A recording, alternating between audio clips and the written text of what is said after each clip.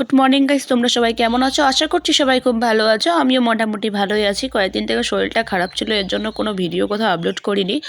আর আমার বোনেরা এসেছিলো আমার শরীর খারাপের জন্য, 5 দিন থেকে আছে। তো আজকে বিদায়ের পালা, আজকে ওরা চলে যাবে। মনটা ভীষণই খারাপ। তো চলো, আর কি করা যাবে, কি করছি না করছি সবটাই তোমাদের সঙ্গে শেয়ার করবো। চলো। তো আমি আজকে সকাল সকাল আমার গলা ব্যথা প্রচণ্ড পরিমাণে, তো এর জন্য ছাতু গরম জল ভিজিয়ে একটু খাচ্ছি। এটাই আমার সকালের ব্রেকফাস্ট, আর কোনো কথা নেই। আর বুনুরা আজকে এই প্লাস্টিকটা তুলবে বলছে, তো ঠিক আছে তুলুক। বড় বুনু ঘরের দিকে সব কিছু উলট পালট করে দিয়েছে। এদিকে ছোট বুনু আর বড় বুনু মিলে পুরো প্লাস্টিকটা তুলছে। সকালবেলায় ওদের কাজ লেগে পড়েছে। বলে বাড়ি যাব, দিদি তো করতে পারবে না। তারপরে আমি মোটরটা সেট করে দিলাম, ওরা পুরো ঘরটা পরিষ্কার করে সাফ দিয়ে ধুয়ে নিল। তো চলো দেখতে থাকে ওরা কি কি করছে।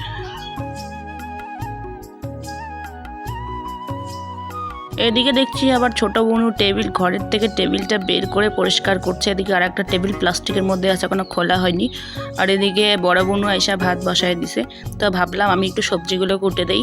তো এদিকে শুকনো লঙ্কা, কাঁচা লঙ্কা সব রেডিপত্র করে রেখেছি।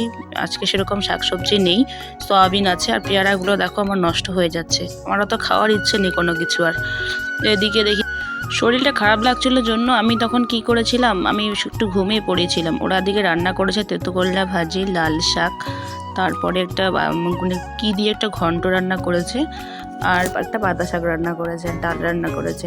তো ওরা সবাই খেতে বসেছে, আমার জন্য ভাত রেডি করে আমাকে ডাকছে। তো আমিও এসে আবার ওষুধ টষুধ খেয়ে খেতে বসেছি। 2 দিন এমন ছিল যে আমার কোনো কথাই বেরোচ্ছে না, এমন গলার ব্যথা। এটা আমার আগের থেকেই গলা ব্যথা, ঠান্ডা লাগলেই হয়। তো খাওয়া দাওয়া করতে করতে আমি এদিকে উঠে পড়ে বারান্দায় এসে একটু রোদে বসলাম। তখনই চট করে বড় বোন চলে গেল বাসনপত্র পরিষ্কার করতে। ছোট বোন ওদিকে পুরো বাড়ি ঝাড় দিয়ে কত সুন্দর করে পরিষ্কার করে গুছিয়ে রেখে দিয়েছে। সত্যি আমার আগের কথাগুলো মনে পড়ছে, 3 বোন মিলে বাড়িতে কি কি করছিলাম না করছিলাম সব কিছু। আর এখন মনটা এতটাই খারাপ হচ্ছে।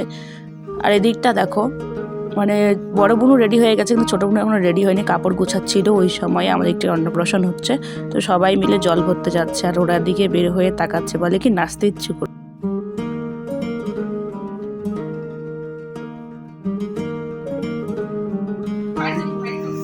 আর এই ব্যাগের মধ্যে যে কি কি নিছে ভগবানই জানে, ব্যাগ পুরা লোড।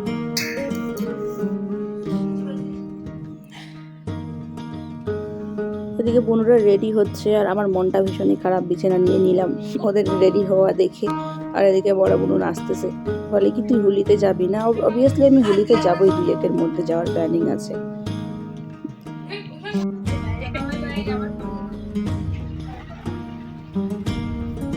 বরমশাই আর আমার ভাগিনা ঠাকুর ওদেরকে পৌঁছে দিল। তো কি করবো আর, এতটাই খারাপ লাগছে, কিছু বলার নেই।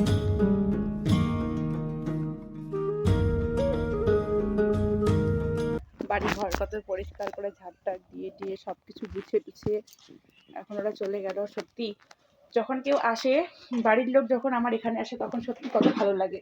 আর বাড়ি থেকে যখন কেউ চলে যায়, কতটা যে খারাপ লাগে সেটা একমাত্র যার সাথে হয় সেই বোঝে। সত্যি প্রকাশ করার মতন না। তো ভালো লাগছে না কিছু,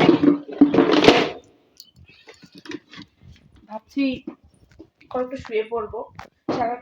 যখন আমরা 3 বোন বাড়িতে ছিলাম, 4 ভাই বোন যখন আমরা বাড়িতে ছিলাম, হাসি মজা ঠাট্টা অনেক কিছু গল্প হতো, অনেক রকমের। আর এই কদিন এসেছে তাও হচ্ছে, আর একা টুকটুক করে ফোন নিয়ে আর কতক্ষণ ধরবো, কী করবো।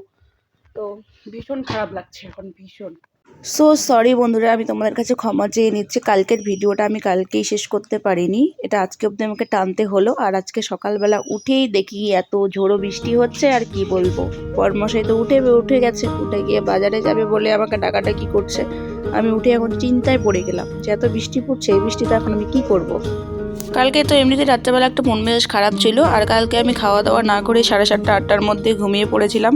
আর এদিকে IPL খেলা শুরু হয়ে গেছে আমাদের বাড়িতে, যেহেতু আর টিভি নেই, তার জন্য এখন আমি আর ফোন হাতে পাবো না রাত্রেবেলা করে। আমার বর্মশাইয়ের কাছে, ওর কাছেই ফোনটা থাকবে, ও IPL খেলা দেখে। কখন যে কালকে ফোন রেখে ঘুমিয়ে পড়েছে আমি তো টের পাইনি একটুও। তো আজকে সকালবেলা উঠে দেখি ফোনে একদম চার্জ নেই, 0% হয়ে গেছে। বৃষ্টি পড়ছে, কারেন্ট ছিল না সকালবেলা একবার, তারপরে কারেন্ট আসলো, ফোনটা চার্জে দিয়ে আবার আমি ব্লগটা করা শুরু করলাম। তো চলো কি কি করছি সবটাই তোমাদের সঙ্গে শেয়ার করবো, আর আজকে খুব তাড়াতাড়ি ভিডিওটা শেষ করব। তো চলো। এরকম বৃষ্টি পড়ছে আর আমি অলরেডি চান করতে যাব। সব কিছু নিয়ে এখন ভাবনা চিন্তা করছি যে একদিকে ঠান্ডা লাগছে, একদিকে বৃষ্টি পড়ছে, আর আমি এখন চান করতে যাব। চান না করলে তো রান্নাঘরেও ঢোকা যাবে না। এদিকে খিদেও পেয়ে গেছে প্রচুর। কালকে সন্ধ্যাবেলা একটু আকাশটা কেমন করছিল, তখন বর্মশাইয়ের জন্য এদিকে আমি সব ভাত শাক সবজি যা ছিল সব টেবিলের মধ্যে এনে রেখেছিলাম, জল গরম করে রেখেছিলাম যে ও নেবে, ও খেয়ে নেবে। আমাকে ডাকছিল, আমি ঘুমের ঘরে কি বলেছি নিজেও জানি না। আজকে সকালে ও নিজে নিজে বলছে, হাসাহাসি করছে। আর আজকে সকালে ও চা বানিয়েছে, চায়ে ঘরে এনে রেখে দিয়েছে বৃষ্টি পড়ছে জন্য। এবার ও বাজারে চলে গেল আর আমি এখন বিছানা গুছিয়ে ঘর ঝাড় দিয়ে সব কিছু করে এখন ও যখন বাজারে গেছে আমি এবার চানটা সেরে নেই। চান টান করে এসে এতটাই এই জায়গাটা এত ব্যথা করছে। ঠান্ডা লাগলে আমার এটা হয়, এটা আমার ছোটো থেকেই। এর জন্য আমার বাবা মা কোনোদিন বৃষ্টির জল আমাকে ভিজতে দেয়নি বা সেরকম করে আমাকে কোনো ঠান্ডা লাগাইতে দেয়নি। বড় বা আইসক্রিম এসব খাওয়াতে একদমই নিষেধ, আমার ডাক্তার বলে দিয়েছে। আর এখানে এসে সেরকম কি বড়মশাই ছাড়া তো ওরকম এখানে আর সেরকম কেউ নেই, তো করতেই হবে। আর যাই হোক, অসুস্থ শরীর নিয়েও করছি, যা পারছি করছি। এক গ্লাস জল দেওয়ার মতন এখানে আমার সেরকম মানুষ নেই, তার জন্য আমার বোনুরা এসেছে। কালকে চলে গেছে, ওরা আর কতদিন থাকবে, ওদের স্কুল আছে, কলেজ আছে, টিউশন আছে। তো চান টান করা হয়ে গেছে, এখন আমি পুজোটা দিয়ে নেব, কারণ আজকে শনিবার। আর আমার বাপের বাড়িতে নিয়ম একটা আছে যে শনিবার বৃহস্পতিবার পুজো না দেওয়া পর্যন্ত রান্নাঘরে কোনো উনুন জ্বালানো হবে না, এটা আমার বাপের বাড়ির নিয়ম। আর হচ্ছে আমার বাপের বাড়িতে আমার মা 12 মাসেই নিরামিষ খায়, পেঁয়াজ রসুন থেকে শুরু করে মাছ মাংস আমাদের বাড়িতে কিচ্ছু চলে না। তো যাই হোক, ওখানকার নিয়ম ধরে আমি প্রত্যেক দিনই এখানে পুজো দিয়ে তারপর রান্নাঘর ঢুকি। ওখানকার নিয়ম এটা আমি মেয়েবেলা থেকে এটা শিখেছি, এটা আমার মায়ের শিক্ষা। তো যদিও এখানে নিরামিষটা সেরকমভাবে হয় না, কিন্তু পুজোটা আমি দিই তারপরে রান্নাঘরে ঢুকি। তো চলো আগে পুজোটা দিয়ে নিই। তো আমি যখন ভিডিও করি আমি ফোনটা এরকম কোনো জায়গার মধ্যে রেখে তারপরে ভিডিওটা স্টার্ট করে দেই, কিন্তু আজকে বৃষ্টি পড়ে গেছে, চারিদিকটায় ভেজা ভেজা, কোথায় রাখবো ফোনটা? তো রাখার কোনো জায়গা নেই সেরকম। তো ভাবছি কি যে একটা স্ট্যান্ড কিনবো, কিন্তু স্ট্যান্ড যে কিনবো বর্মশাই আবার বলে দিয়েছেন যে তুমি এতদিন থেকে ভিডিও করছো, কিচ্ছু হচ্ছে না, আর এটা কিনবে ওটা কিনবে, এভাবে আমাকে কালকে রাত্রেবেলা বকেছে। তো তোমাদেরকে বলছি তাড়াতাড়ি একটু 1Kটা করে দাও, আর আমি স্ট্যান্ডটা যাতে তাড়াতাড়ি নিতে পারি। তো স্ট্যান্ডটা তাহলে আমার ফোন ধরার আর ফোন রাখার মতো যে জায়গাগুলো সেগুলোর দরকার পড়বে না, স্ট্যান্ডটা রেখে স্ট্যান্ড দিয়ে ভিডিও করব। তো চলো পুজোটা দিয়ে নেই, তারপরে তোমাদের সঙ্গে আবার কথা হচ্ছে। তো গাইস, এখনও নতুন বাড়ি ঘর, নতুন সব কিছু নতুন এখানে। আর এদিকটা পুরো হাওয়া আসছিল জন্য কালকে বর্মশাই ঘরের প্লাস্টিকটা ওখানে টাঙিয়ে দিয়েছে। এখনও ঠাকুর সেরকমভাবে বানানো হয়নি, তো দুয়াকেই বানাবো, বেশি সময় লাগবে না বানাতে। এই দেখো ফুলগুলো, আমার কিন্তু অনেক ফুল হয়েছে পুজো দেওয়ার জন্য এখন প্রচুর। আর আগে কিন্তু প্রথম যখন আমি এ বাড়িতে আসছি তখন ফুল ছিল না, ওই পাশের একটা বাড়ি থেকে আমাকে ফুল এনে পুজো দিতে লাগতো। এখন প্রচুর ফুল হয়ে গেছে আমারই। আর এই দেখো, বললাম না নতুন বাড়ি নতুন জায়গা, একটা জমির মধ্যে যেহেতু বাড়িটা আমাদের আনা হয়েছে, তো সেরকমভাবে মাটি দেওয়া হয়নি। আর দিকের বর্ষার সিজন পড়ে গেল, এখন তো আর মাটি দেওয়াও হবে না। এই দেখো সব জায়গায় জল জমে গেছে।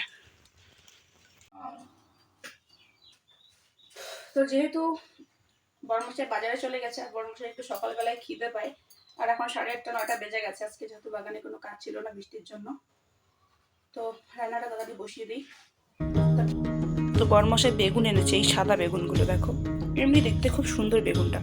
তো যাই হোক, এগুলো আমি ভাজি আপাতত করবো, আর বর্মশাই কী আনছে দেখা যাক, তারপরে সেগুলো রান্না করবো। তো চলো আপাতত ভাত বসিয়ে দিয়েছি। আর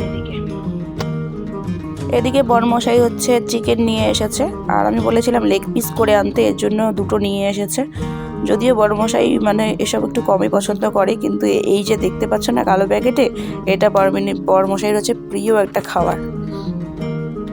ফাইনালি গাইস, বড়মশাইরা খেয়ে নিয়েছে, এবার আমার পালা। আমিও খাওয়া দাওয়াটা টুক করে সেরে নিই। আমার জন্য লেগ পিস বড়মশাই রেখে দিয়েছে, ভাত নিয়েছি, ওরা খায় এখনই গেল। চলো খেয়ে নিই, তারপরে কথা হচ্ছে। তো গাইস, খাওয়া দাওয়া শেষে যেহেতু মাংস খেয়েছি তাই এক টুকরা সুপারি খাবো, এর বেশি খাওয়া যাবে না, কারণ হলে বর্মশাইয়ের গালি খেতে হবে আমাকে প্রচুর। ও সুপারি খাওয়াটা যদিও পছন্দ করে না, তো মাছ মাংস খেলে আমি 2-1 টুকরা করে খাই।